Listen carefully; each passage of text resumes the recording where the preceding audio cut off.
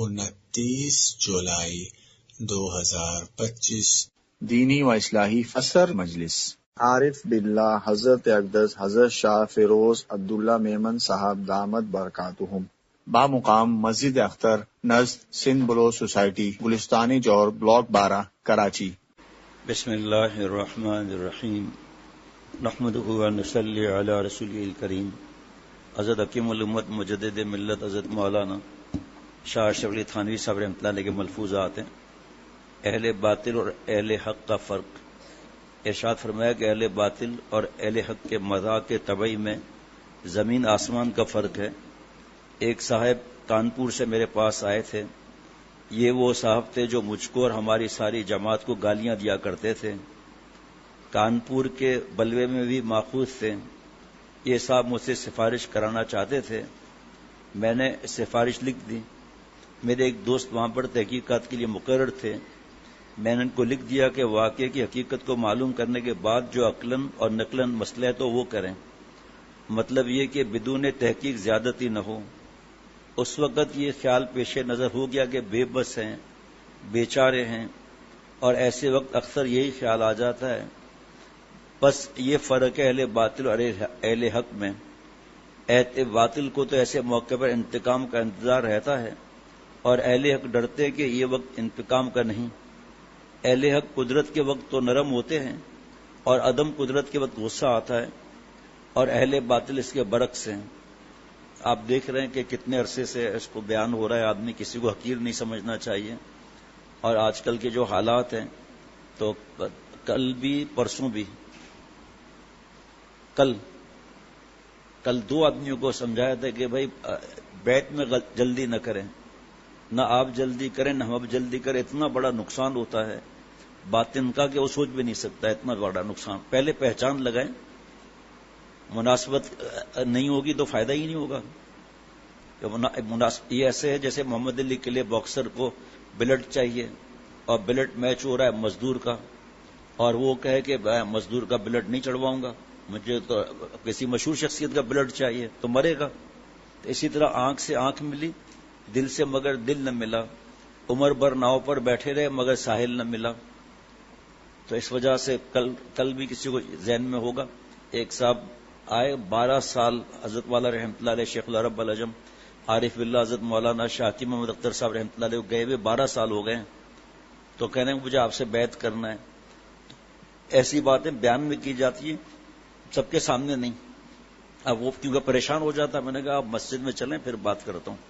پھر بیان کے آخر میں نے کہا ابھی میں بیعت نہیں کروں گا، آپ مجھے یہ لکھ کر دیں کہ 12 سال کے بعد کیوں، اب تک کیا وجہ تھی، اب تک کہاں تھے آپ، اب مناسبت کہاں ہے، آپ پہلی ملاقات بھی ہے، مناسبت کہاں ہے۔ ہمارا مسئلہ نہیں ہے، سامنے والے کا نقصان ہو جاتا ہے، اس کا پھر کسی سے زبردست مناسبت ہو جاتی ہے، اب وہ شرم کے بارے کچھ کرتا ہی نہیں ہے تو باطن کا نقصان ہو جائے گا، عمل نہیں ہوگا اور نقصان ہو جائے گا۔ عجیب و غریب بات سنی آپ نے کہ گالیاں دیتا تھا، اس کو حضرت نے سفارش لکھ دی۔ اوہو، آج ابھی کیا پوچھتے ہیں آپ، ذرا غور سے سنیں۔ ارشاد فرمایا کہ آج کل لوگوں نے ایک طرز اختیار کر لیا ہے، اہل حق سے تو بطور اشکال پوچھتے ہیں کہ آپ یہ فرماتے ہیں، اور دوسرے اہل باطل علماء اس کے خلاف سمجھتے ہیں، تو ہم کس کی مانیں اور کس پر عمل کریں۔ آگے سنیے گا مزیدار بات، حضرت مجدد کی باتیں کیا ہیں۔ مگر اہل باطل سے کبھی یہ سوال نہیں کرتے، جیسے رات کو سمجھایا تھا ایک صاحب کو کہ وہ گناہوں میں نہیں جا رہے، وہ تو اس سے کہا جا رہا کہ بس دلیل کیا ہے، بھائی پخانے کی دلیل مانگ رہا ہے کہ ثابت کر یہ پخانا ہے، گناہ کبیرہ کی دلیل مانگ رہا ہے بیوقوف، سورج کی دلیل مانگ رہا ہے، کل اگر بادل نہ ہو تو 12 بجے کھڑے ہو جانا، دلیل خود مل جائے گی۔ پارس پتھر نے کہا، لوہے نے پارس پتھر سے کہا کہ میں نے سنا ہے کہ آپ سے جو ٹچ ہوتا ہے سونا بن جائے، دلیل کا عجیب پجامہ آدمی ہے، دلیل کی کیا بات ہے، ٹچ ہو کے دیکھ لیں، میگنیٹ کھینچتا ہے، اس کی دلیل وہاں بھی ہوا۔ اس کو تو پھر حیدرآباد میں ایک جگہ ہے، اس کا نام گدو بندر ہے، وہاں اس کو ذرا بجلی کے جھٹکے لگوانے پڑیں گے، ہم نہیں، وہ خود لگوائے، ہم کیوں بیچ میں آئے بھائی بیچ میں۔ جناب ابھی حضرت میرے شاہ عبد ایک صاحب کو نصیحت کر، اللہ تعالیٰ پہنچائے میری نصیحت اس تک کہ بار بار گناہ میں مبتلا ہونا، کبھی پکڑا جائے گا، یہ پٹائی ہوگی، ذلیل ہوگا، رسوا ہوگا، اور ابھی 3 واقعات ایسے ہوئے داڑھی والے اور دینی خدام کو لوگ برا کہہ رہے ہیں. حضرت فرماتے تمہیں غیرت نہیں آتی ہے تو خدا کے واسطے دین کے خدام کا تو خیال رکھو. جب اخبار میں آئے گا کہ فلانا اتنا بڑا علم رکھتا ہے اور یہ تخصص اس نے کیا ہوا ہے، یہ شیخ ہے، اجازت یافتہ ہے، اس پر تو خوشی ہوتی ہے کہ صاف کوئی لکھتا ہے تو محبت بڑھ جاتی ہے. لیکن اس کا مطلب یہ تھوڑی کہ ہم گناہ پر گناہ کریں گے. واہ واہ کیا بات ہے. کانپور میں ایک تھانے دار تھے، میرے ایک واعظ میں شریک تھے. میں نے بعض بدعت کی ممانعت بیان کی. بات واعظ وہ تھانے دار صاحب کہنے لگے آپ تو 11ویں کو ناجائز کہتے ہیں اور دوسرے بعض علماء جائز کہتے ہیں، اب ہم کیا کریں؟ میں نے کہا حضرت تھانوی رحمۃ اللہ نے کہ آپ نے جیسے مجھ سے پوچھا کبھی ان علماء سے بھی اس طرح پوچھا کہ تم تو جائز کہتے ہو فلاں عالم ناجائز کہتے ہیں، اب ہم کیا کریں؟ بس خاموش ہو گئے. بڑا خاص معاملہ ہے، ہم کسی سے بحث نہیں کریں گے بھائی. اس سے معلوم ہوا کہ اگر آپ کے سوال کا سبب تردد ہوتا تو ان سے پوچھتے. معلوم ہوتا ہے کہ تمہارا خود جی چاہتا ہے یہ کام کرنے کو، اس لیے ہم سے ہی اشکال کیا جاتا ہے. ایک مرتبہ میں اور ایک مولوی صاحب غازی پور کے اٹاوا انڈیا میں ایک جگہ کا نام ہے اس میں جمع ہو گئے. وہ کہنے لگے کہ آپ لوگوں کا ہندوستان میں بڑا اثر ہے جس کی آپ لوگوں کو خبر نہیں. صرف ایک کسر ہے، اگر آپ لوگ مولود قیام کرنے لگیں تو پھر تو سارا ہندوستان آپ کا غلام ہو جائے، اور میں ذمہ دار ہوتا ہوں کہ سارے ہندوستان کو آپ کا مرید کرا دوں. ایسی بات بھی کہ سارا ہندوستان. میں نے کہا کہ اگر کسی کو مرید کرنے کی ضرورت ہی نہ ہو تو یہ ہمارے پردادا شیخ کیا کہنے لگے کہ بس یہ بڑی مشکل ہے. بتلائیے، یہ علماء کے مشورے ہیں. اس سے ہی اندازہ کر لیجئے کہ ان لوگوں کے خیالات کا اور ان کی دینداری کا. دیوبند کا ایک بڑا جلسہ ہوا تو اس میں ایک رئیس صاحب نے کوشش کی تھی کہ دیوبندیوں اور بریلیوں میں صلح ہو جائے. میں نے کہا ہماری طرف سے تو کوئی جنگ نہیں، وہ نماز پڑھاتے ہیں ہم پڑھ لیتے ہیں، ہم پڑھاتے ہیں وہ نہیں پڑھتے، تو ان کو آمادہ کروں. میزان فرمایا کہ ان سے کہو آ مادہ نر آ گیا، آمادہ. سمجھ رہے آپ؟ آ مادہ نر آ گیا. ہم سے کیا کہتے ہو؟ آج کل طبیعتوں میں خاص بات یہ بھی پیدا ہو گئی ہے کہ اہل حق کو تو کہا جاتا ہے کہ تم اہل باطل سے متفق ہو جاؤ، اہل باطل کو نہیں کہتے کہ تم باطل چھوڑ کر اہل حق سے متفق ہو جاؤ. عجیب عقلیں ہیں. کہتے ہیں تفریق مناسب نہیں، ہم بھی کہتے ہیں تفریق مناسب نہیں، مگر اس کا صحیح طریقہ تو یہ کہ اہل باطل کو چاہیے کہ وہ آئیں اپنا باطل مسلک چھوڑ کر اہل حق سے متفق ہوں، نہ کہ اہل حق اپنا مسلک چھوڑ کر اہل باطل سے متفق ہو کے دوزخ میں جائیں اگر توبہ نہ کی تو. اور اتفاق وہی مطلوب ہے جو حق کے ساتھ ہو، ورنہ یہ اعتراض آپ دیکھیے ذرا، ورنہ یہ اعتراض تو دور تک پہنچتا ہے کہ جب حضور صلی اللہ علیہ وسلم نے اللہ کے کلمے کا اعلان کیا تو تمام کفار کفر پر متفق تھے. اس اعلان سے ایک دم تفریق پیدا ہو گئی. یہاں پر کیا کہا جاوے گا؟ ظاہر ہے کہ اہل حق کے لیے کہ یہاں تفرق ہی مطلوب اور محمود تھا. اسی طرح یہاں سمجھ لو کہ تمام اہل باطل کو اپنا باطل چھوڑ کر اہل حق کے ساتھ متفق ہونا چاہیے، اور اگر اہل حق کو کہا جائے کہ حق کو چھوڑ کر اور ان کے ساتھ متفق ہو جائیں تو یہ اتفاق خود مردود ہے اور غیر مطلوب ہے. یعنی کہ آپ سوچ رہے ہیں کہ جنت کے راستے کو چھوڑ کے دوزخ کا راستہ اپنایا جائے. ارشاد فرمایا کہ اہل باطل کی کوششیں اور مسلمانوں کی حفاظت. ارشاد فرمایا کہ اہل باطل ہر وقت اہل حق کی فکر میں لگے رہتے ہیں. چھیڑ چھاڑ کرنا تو ان کا ایک ادنا مشغلہ ہے. ایک شخص اپنا واقعہ بیان کرتے تھے کہ میرے ایک دوست قادیانی ہو گئے تھے، مجھے چھیڑا کرتے تھے کہ تم بھی ہو جاؤ. میں نے کہا کہ بھائی کیل اور کال سے کیا فائدہ، بس مختصر یہ کہ میں تمہارے ساتھ مرزا کے پاس چلتا ہوں، اگر مجھ پر اثر ہو گیا تو میں قادیانی ہو جاؤں گا، اور اگر نہ ہوا تو تم قادیانیت سے توبہ کر لینا. یہ طے ہو گیا. دونوں وہاں گئے. اول جاتے ہی وہاں منشی نے اس مرید صاحب سے پوچھا کہ تمہارا کیا نمبر ہے. نمبر بتلایا تو رجسٹرڈ دیکھ کر چندے کا تقاضا کیا. اس کے بعد مرزا سے ملے. مرید صاحب نے مرزا سے تمام واقعہ باہمی معاہدے کا ذکر کر دیا. مرزا نے اس پر اثر ڈالنے کے لیے بہت زور لگایا، اس پر کوئی اثر نہیں ہوا. اللہ نے ایمان کو سلامت رکھا اور واپس آ کر ان مرید صاحب نے بھی توبہ کر لی. جناب یہ ایک معمولی خوش عقیدے کے تعلق کا اثر تھا، اور بزرگوں کے تعلق میں تو اور زیادہ برکت ہوتی ہے. چنانچہ ایک اور صاحب بیان کرتے تھے کہ عیسائی مجھ کو اپنی طرف مائل کرتا تھا، عیسائی ہونے کا کہتا تھا۔ ایک روز مجھ کو کہنے لگا کہ کیا تمہارا کسی عالم یا بزرگ سے تعلق ہے؟ کہتے تھے کہ میں نے حضرت گنگوئی رحمۃ اللہ علیہ کا نام لیا کہ ان سے تعلق ہے، تو فوراً اٹھ کر چل دیا، پھر کبھی نہ آیا۔ واقعی یہ حضرات ڈھال ہوتے ہیں، ڈھال۔ ان حضرات سے صرف تعلق رکھنا بھی قوی سبب ہے فلاح اور بہبود کا۔ دیکھیے مولانا کا نام سن کر ان کی طمع قطع ہو گئی، جناب طمع قطع ہو گئی۔ بعض اسباب اس برکت قطع طمع کے محض معمولی امور بھی بن جاتے ہیں۔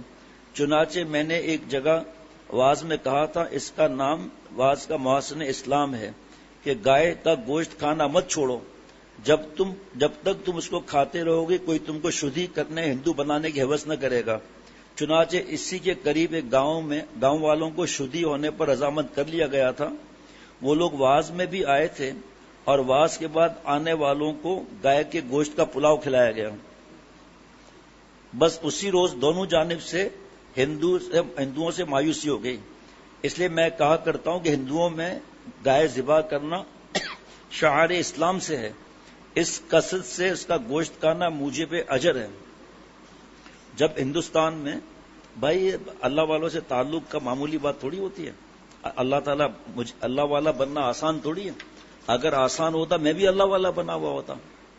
میں تو اللہ سے دعا کرتا ہوں اللہ انسان ہی بنا دے، مجھے معاف فرما دے، مغفرت بے حساب فرما، اے اللہ خاتمہ ایمان پہ نصیب فرما۔ اور کیا بڑھ کر ہے بھائی، اللہ والے تو اللہ والے ہیں بھائی۔ ہندوستان میں ایک اسکیم چلی تھی مسلمانوں کو آریہ بنانے کے لیے، بڑا عجیب و غریب تھرڈ کلاس پتہ نہیں کیا چیز تھے یہ لوگ، ہندوؤں سے بھی گئے گزرے۔ تو یہ جو انگریز آئے تھے نا برٹشر، انہوں نے پتہ نہیں اس وقت کتنے پاؤنڈ انہوں نے دیے ہوں گے۔ وہ کیا کرتے تھے، پیسے تھوڑے دیتے تھے، قرضہ دیتے تھے، مدد کرتے تھے اور اسلام چھین لیتے تھے ان سے۔ سائیکل دے دیا، اسلام گیا۔ تو انہوں نے رپورٹ لکھی، آریاؤں نے اپنے آقاؤں کو جن کے یہ بھنگی اور غلام تھے، رپورٹ لکھی کہ ہم نے تھوڑے سے چند ٹکے، اس زمانے کی سائیکل آج کل کی موٹر سائیکل سمجھو، آج کل کا بلکہ ٹوئٹا کرولا سمجھو، کھوتا کرولا نہیں، کھوتا کرولا بھی اس وقت تقریباً 2.25 لاکھ کا ہے جی، 1.25 لاکھ تک گدھا ہی ہے آج کل۔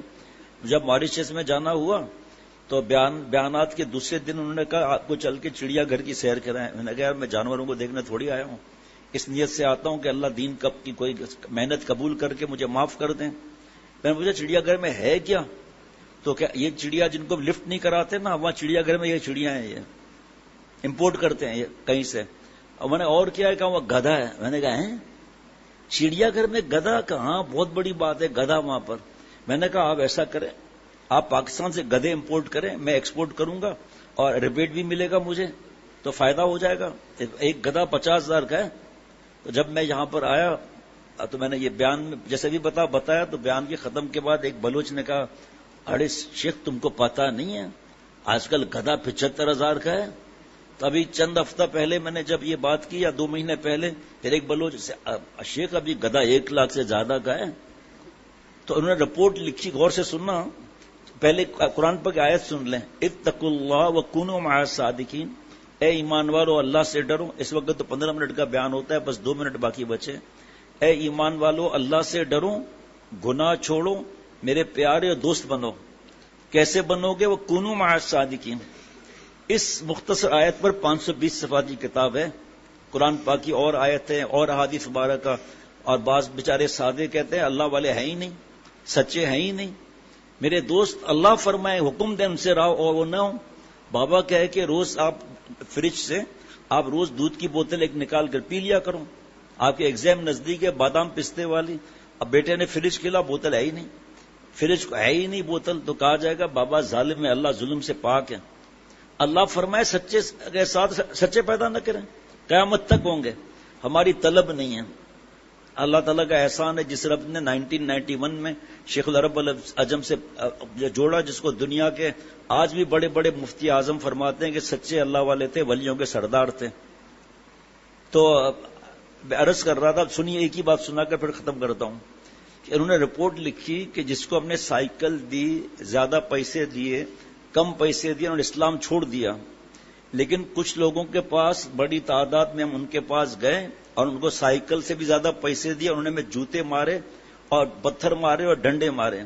تو ہم نے انکوائری کی, پتا چلا کہ کونوا مع الصادقین پر عمل ہے, کسی اللہ والے کے ساتھ ان کا تعلق ہے. آج آپ دیکھ رہے ہیں میڈیا کے ذریعے یہ موبائل کتنے دھیریے ہو رہے ہیں, ارتداد پھیل رہا ہے, کس طرح اللہ کے وجود کا انکار کر رہے ہیں. اب یہاں یہ آئیں گے نہیں مفتی صاحب مولانا کے پاس, اللہ والے کے پاس, کونوا مع الصادقین پر عمل نہیں کریں گے, بس میڈیا پر خلاف بولیں گے, جہاں بیٹھیں گے وہ بولیں گے. اگر کسی کے پاس ہے وہ لڑائی تھوڑی کریں گے انشاءاللہ تعالی. ہمارے پاس کبھی کوئی آتا ہے لڑائی تھوڑی کرتے ہیں کہ بھائی آپ اپنے وجود میں اللہ کو تلاش کر لو, چلو کہ کیسے فنگر پرنٹ سے اسٹارٹ کریں. کیا آئے پورے دنیا مل کر گندا پانی گندا خون پر فنگر پرنٹ بنائے. اگر یہ ہر انگلی کے فنگر پرنٹس الگ نہ ہوتے تو چار چار ٹھینگا ٹھینگا کیوں ہے؟ بات سمجھ میں آ رہی ہے؟ دبئی جو میں نے دیکھا ہے, دبئی اور قطر غالباً یا بحرین مجھے یاد نہیں ہے, آنکھوں کا بھی ایکس رے ہوتا ہے کہ کسی ٹیکنالوجی سے اگر پاسپورٹ بدل دیں یا فنگر پرنٹ سمجھ میں نہیں آ رہے تو آنکھوں سے پکڑ لیتے ہیں کہ یہ وہی آدمی ہے یا نہیں ہے. اب اس کے بعد پھر یہ دونوں سوراخ برابر بڑے کر کے ایک جگہ رک کیسے گئے؟ ناک جو ہے نا 3 فٹ کی کیوں نہیں ہوئی؟ کان ایک گدھے کا ایک انسان کا کان کیوں نہیں؟ یہ کس نے کیا؟ ماں کے پیٹ میں گندے پانی گندے خون میں ڈرل کر کے سونگنے کا خزانہ کس نے رکھا؟ آپ کا اپنا وجود ہے بھائی, ابھی وقت نہیں ہے. آپ کبھی آؤ, ان سے کہتے ہیں آپ کبھی آؤ, اور ساتھی ہیں ماشاءاللہ کئی مفتی ہیں, وہ ان کو سمجھاتے ہیں. تو بھائی شرط یہ کہ آپ بحث نہیں کریں گے, پہلے آپ ہماری سنیں پھر آپ ثبوت دیں اللہ نہیں ہے. اب بارش کا نظام دیکھو, ابھی دیکھیں چپکے چپکے رات بڑی ہو رہی ہے, چپکے چپکے دن چھوٹے ہو رہے ہیں. یہ کیا ہے؟ کتنے ہزاروں سال سے سورج وقت میں نکل رہا ہے, نٹ بولٹ کہاں ٹائٹ ہو رہے ہیں, کہاں گھس گئے نٹ بولٹ. ایک ایک ذرہ خدا کی قسم ابھی باہر نکلے, سامنے نیم کا درخت ہے, کون سا مولڈ لگا ہوا ہے اندر؟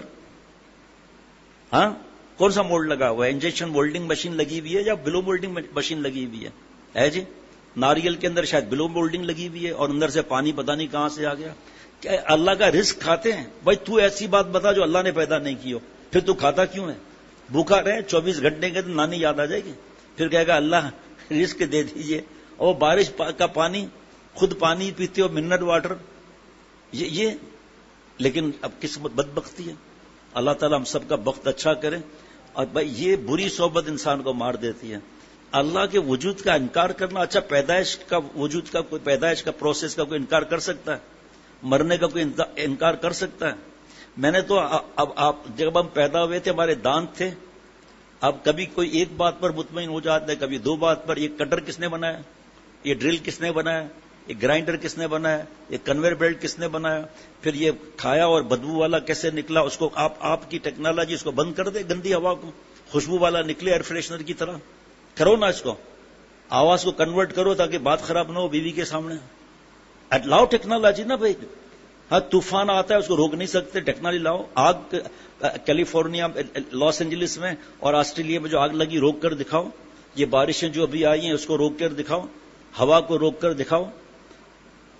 یہ فرعون کی طرح معاملہ ہے. بس آج فرعون کا نام لکھنے کے لیے کوئی تیار ہے؟ یہ اکڑ شیطان کو مردود کیا اس نے. گندے پانی گندے خون پر فلٹر پلانٹ, اور یہ کھوپڑا اتنا سخت, زبان اتنا نرم, اور ضد کرتے دین میں سختی ہے. دین میں جہاں سختی ہے سختی ہے, جہاں نرمی ہے نرمی ہے. یہ ہاتھ چاہیے نرم, کسی کو چاہیے بالٹی اٹھائے گا تو اٹھتی چلی جائے گی, بالٹی وہیں رہے گی. وہاں سمجھ میں آ جاتی ہے بات. یہ ناک چشمہ آپ نے بنایا نا, لیکن جس ناک پر رکھا وہ ناک کس نے بنائی؟ اور چشمہ کس سے بنایا؟ اپنے میٹل سے. میٹل کہاں سے آیا؟ شیشہ بنایا یا پلاسٹک کیسے بنایا؟ ایک چیز بتا دو آپ. اور ایک کیل, ایک نٹ بولٹ چھوٹا والا, اتنا چھوٹا اسکرو, یہ کس نے بنایا؟ مشین نے نا. مشین میں کس طرح بنا؟ اور ایک راڈ چلی ہوئی آتی ہے جس میں کٹ کٹ کٹ کٹ اتنی تیز اسپیڈ ہوتی ہے چھوٹے اسکرو کی, آپ سوچ بھی نہیں سکتے. ایک کیل جو ہے بغیر کسی بنائے کے نہیں بن سکتی, اور یہ کائنات کے نظام سب ایسے ہی بن گیا. 24,000 میل کا گولا ہے, بغیر سپورٹ, بغیر تھونی, بڑے پلر. کیوں انجینئر صاحب؟ ہاں. اور اللہ کا گھر اسی پر بیم اور پلر اور اسٹیل کس نے بنایا؟ سیمنٹ کس نے بنایا؟ کیسے بنایا سیمنٹ آپ نے؟ خدا کی قسم اگر یہ تھوڑا سا بےچارے آ جائے نا, کافر مسلمان ہو رہے ہیں, مسلمان دہری ہو رہے ہیں. بتاؤ عذاب ہے یا نہیں ان لوگوں پر؟ کافر مسلمان ہو رہے ہیں دھڑا دھڑ، اور مسلمان نعوذ باللہ میڈیا پر جا کر نیٹ کے مختلف چینلز پر اگر اللہ کے وجود کا انکار کر رہے ہیں. ہمارے ساتھی مجھے نظر آئے، جابر صاحب آئے، ان کے والد صاحب کا کچھ دن پہلے انتقال ہو گیا، ان کی مغفرت کے لیے دعا بھی ہوئی تھی. اللہ ان کی مغفرت بے حساب فرمائے، گھر والوں کو صبر جمیل عطا فرمائے. اس بیان کو اللہ قبول فرما کر جابر میاں کے والد صاحب کو اس کا ثواب عطا فرما دیجئے. اور اگر آپ چاہیں تو جابر میاں کے والد صاحب کو آپ لوگ تسبیح فاطمہ جو ہے وہ اس کو ایصال ثواب کر سکتے ہیں، آپ کا ثواب کہیں نہیں جائے گا. ربنا تقبل منا انک انت السمیع العلیم. سبحان ربک رب العزت عما یصفون والسلام علی المرسلین والحمد للہ رب العالمین. صلی اللہ علی النبی الامی وعلی آلہ واصحابہ وبارک وسلم برحمتک یا ارحم الراحمین.